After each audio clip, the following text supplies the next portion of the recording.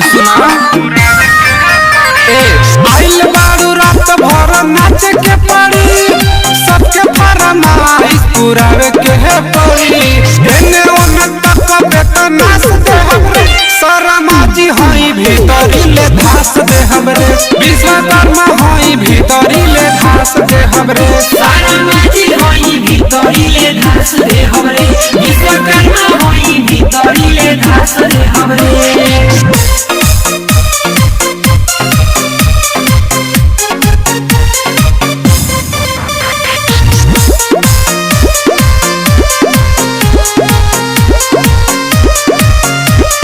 ज्यादा रंगदारी से जे बोलो बे तू बोली बोला बे तू बोली हाँ बोला बे तू बोली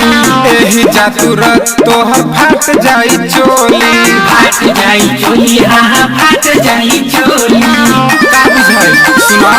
आइल बारू शर्मा हाजी के तू टोली केहू कुछ सुनी नहीं चोली खाली गोली तोहरा रुके के नहीं सांस देबो शर्मा जी हई भीतरी ले धास देबो विश्वकर्मा हई भीतरी ले धास देबो शर्मा जी हई भीतरी ले धास दे हमरे विश्वकर्मा हई भीतरी ले धास दे हमरे।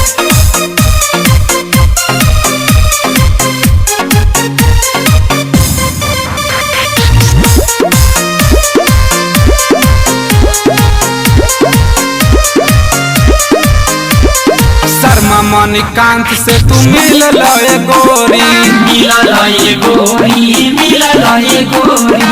माँ जाती है तोहरा के भरपूरी तोहरा के भरपूरी तोहरा के भरपूरी